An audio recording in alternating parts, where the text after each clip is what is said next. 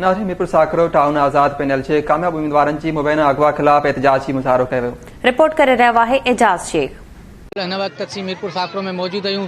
Local body election का पोयां आज़ाद panel की अक्सरियत का पोयां जो है हिते ज़िले ठटे के ख़ास तौर तालके मीरपुर साकरो के टाउन कमेटी मीरपुर साकरो में जो सियासी बुरान वही छिकताण पैदा थी वही है। हिते जो है आज़ाद पैनल की अगवानी कंदड़ जो हिमायती लेडीज़ वोटरनि पारां जो एहतजाज रिकॉर्ड करायो वियो आहे। अचो त असां ॻाल्हि ॿोल करियूं त उन्हनि जो वधीक छा चवणु आहे। अॼोके एहतजाज जो मक़सद इहो आहे त असां सां नाइंसाफ़ थियो आहे।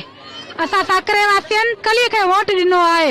असीं चेयरमैन सिर्फ़ उनखे ॾिसणु चाहियूं था, पर हिते माण्हुनि जेको सो उनजे खटियल नुमाइंदे खे अगवा करे या उनखे बरगलाए था खणी विया आहिनि।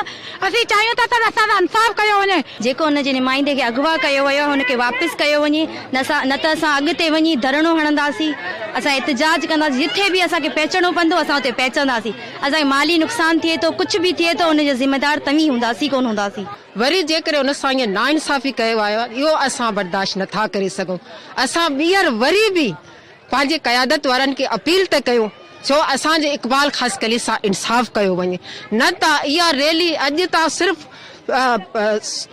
सिर्फ़ पुरअसरार तरीक़े सां थी रहियो आहे, अमनी तरीक़े सां थी रहियो आहे। न त असां रस्तनि ते निकिरंदासीं, रोडनि ते निकिरंदासीं, बुख हड़ताल कंदासीं। अॼु हिते आया आहियूं, सुभाणे ॿाहिरि ईंदासीं, प्रेस क्लब ताईं ईंदासीं, बिलाल हाउस ताईं पहुचंदासीं ऐं हर रोड हर जॻह ते ईंदासीं। असांखे मरण क़बूल थींदो, पर असीं ॿिए माण्हू खे चेयरमैन कोन थियण ॾींदासीं। वोट ॾेई करे उनखे खटरायासीं, पर असां सां नाइंसाफ़ी थी आहे। असांजो चुनियल जेको माण्हू आहे उनखे पोइ ते रखी करे उन ई पैनल ते बीठल जेको माण्हू आहे उनखे अॻिते रखियो वियो आहे।